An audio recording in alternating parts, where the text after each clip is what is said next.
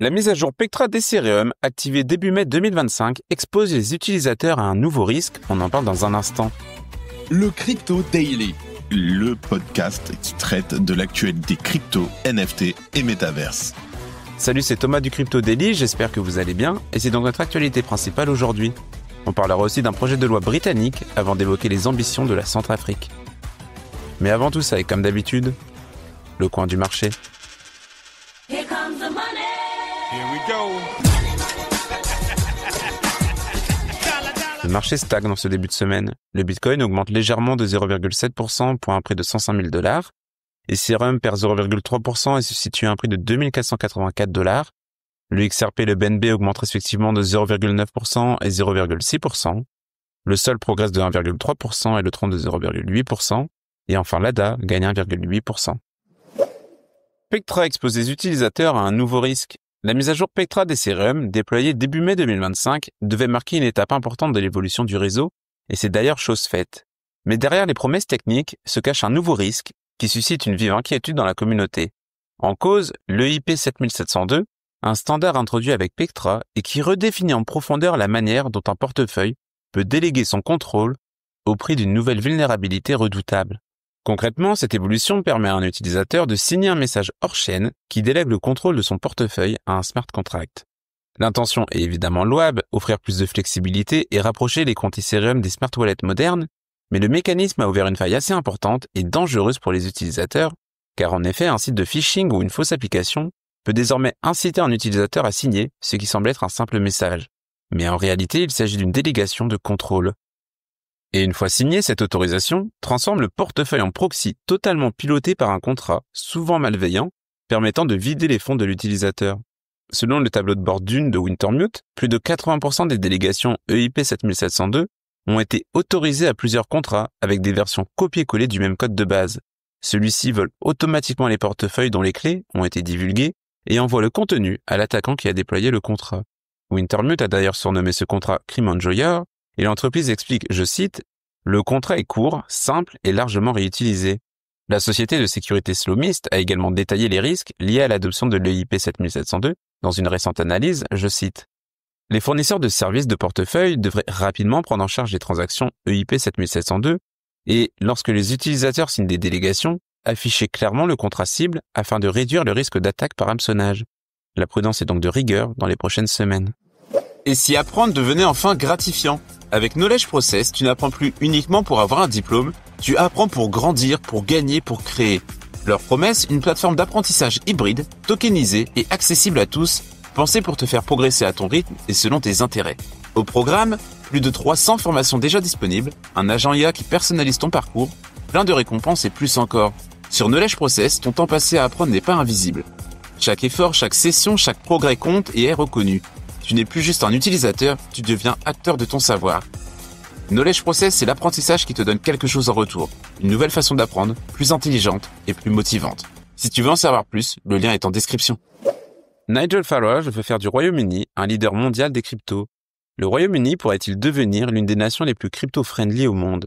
C'est en tout cas l'ambition affichée par Nigel Farage, chef du parti Reform UK, qui a profité de la conférence Bitcoin 2025 à Las Vegas pour annoncer son projet de loi baptisé Crypto Assets and Digital Finance Bill, une loi sur laquelle il a travaillé plusieurs mois et en laquelle il place de grands espoirs. Je cite, « Nous ferons campagne pour cela et nous le mettrons en place lorsque nous remporterons les prochaines élections générales. » Il vise à moderniser la régulation des crypto-monnaies au Royaume-Uni avec une feuille de route précise et parmi les mesures phares, on trouve une réduction de l'impôt sur les plus-values liées aux cryptos passant de 24% à 10%. La loi prévoit également une nouvelle interdiction aux banques de fermer un compte simplement parce que son titulaire achète des crypto-monnaies. Il en a profité pour rappeler que 7 millions de Britanniques détiennent des crypto-monnaies, soit environ un adulte sur 7. D'ailleurs, ce chiffre grimpe à 1 sur 4 chez les moins de 30 ans. Enfin, Nigel Farage souhaite créer une réserve de Bitcoin au sein de la Banque d'Angleterre, une première pour une institution financière majeure du pays. Notons que cette mesure fait écho à l'expérience personnelle de l'homme politique, dont le compte chez Coates avait été fermé en 2023. Si cette loi voyait le jour, Londres pourrait bien s'imposer comme l'un des futurs bastions mondiaux de la crypto-monnaie. Et c'est bien ce que Nigel Farage espère. Je cite, « Nous allons lancer en Grande-Bretagne une révolution crypto, nous allons faire de Londres l'un des principaux centres d'échange crypto au monde. » Et s'il se veut le chantre d'une révolution crypto au Royaume-Uni, La France, elle, adopte une position beaucoup plus mesurée, voire frileuse. Actuellement, la fiscalité française sur les crypto-monnaies prévoit un impôt sur les plus-values de 30% via la flat tax. Et aucun projet politique connu ne vise à réduire ce taux ou à favoriser les investisseurs en crypto. En tout cas, outre-Manche, si Nigel Farage remportait les élections générales prévues en 2025, il pourrait bien faire rentrer le Royaume-Uni dans une nouvelle ère financière. Et la question est-ce qu'elle pourrait influencer ses voisins ? Si tu aimes le Daily, une note et un commentaire nous aident énormément. Aussi, si tu ne veux rien rater de l'actualité, abonne-toi. La Centrafrique va tokeniser 1700 hectares de terre. Le président de la République centrafricaine a annoncé une nouvelle étape dans l'adoption de la crypto-monnaie nationale du pays, le CAR. Ce dernier va être en effet utilisé pour la tokenisation de 1700 hectares de terre. Ces terres, situées à l'ouest du village de Bosongo, à environ 45 km de la capitale Bangui, seront accessibles en ligne via la blockchain Solana à partir de juin. Le président a communiqué l'information sur les réseaux sociaux, je cite. À partir de juin, les concessions foncières seront accessibles en ligne via le CAR directement sur Solana. Une nouvelle ère d'accès et de transparence commence. Cette décision s'inscrit dans une stratégie plus large du pays, visant à intégrer les crypto-monnaies dans son développement national. Elle fait d'ailleurs suite à des lois adoptées en 2023 sur la tokenisation des ressources naturelles, suggérant que ces terres pourraient être utilisées à des fins minières. Le lancement du CAR en février dernier avait déjà marqué un tournant pour la République centrafricaine, et le président Touadéra avait alors présenté le jeton comme une expérience visant à unir les citoyens et à mettre en lumière le pays sur la scène mondiale. Reste que le succès de ce projet est largement discutable. Malgré un pic initial de capitalisation boursière à 884 millions de dollars, la valeur du CAR a chuté en raison d'un manque de clarté sur son utilité. Notons aussi que la tokenisation des terres intervient alors que le projet précédent du pays, le Sango Coin, est en train de se terminer. Lancé en 2022, il visait à devenir la monnaie numérique nationale, mais a rencontré des difficultés et a déclenché de nombreuses controverses.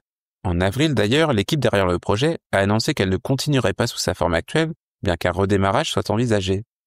En tout cas, la République centrafricaine semble déterminée à poursuivre son aventure dans la crypto-monnaie, et la tokenisation des terres via le CAR pourrait offrir une nouvelle opportunité pour le pays de tirer parti des technologies blockchain tout en renforçant son économie et en attirant des investissements étrangers.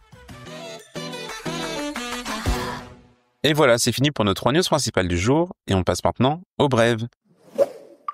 Donald Trump accélère l'adoption du Bitcoin selon Adam Back. Adam Back estime que Donald Trump pourrait faire gagner plusieurs décennies à l'adoption du Bitcoin.